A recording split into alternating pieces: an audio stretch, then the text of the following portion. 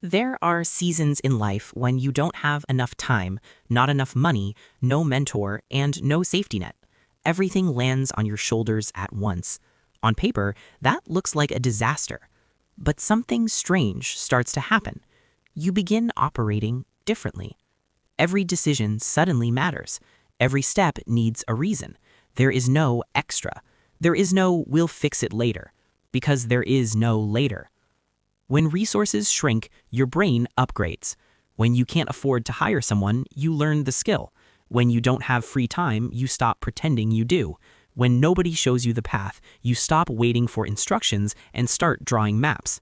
And oddly enough, the moment you feel cornered is often the moment your thinking becomes sharpest.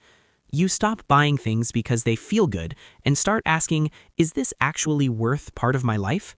You stop doing tasks out of habit and start asking, is this important or just familiar?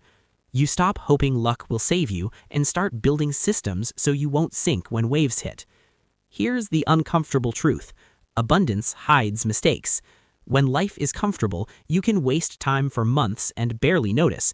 When life is tight, one bad decision hurts immediately. Painful? Yes, but incredibly educational. Scarcity doesn't teach you to live miserably, it teaches you to live intelligently.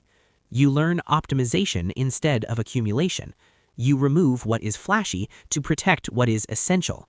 You become intentional because you have no other option. Ironically, the period where you have the fewest resources is often when you produce your most creative solutions. Not because you're more talented, but because you finally have to think. Some people wait until conditions are perfect before starting. Others start immediately and use whatever they have. The second group doesn't just move faster, they understand the road. They know why each brick is there because they laid every single one themselves. So if you're in a low resource season, don't panic. You're not falling behind, you're being trained. Start with what you can control. Fix the weak points one by one. Use thinking to replace what you don't yet possess. You'll learn a lesson comfort rarely teaches. When you don't have many options, you are forced to choose carefully, and careful choices compound.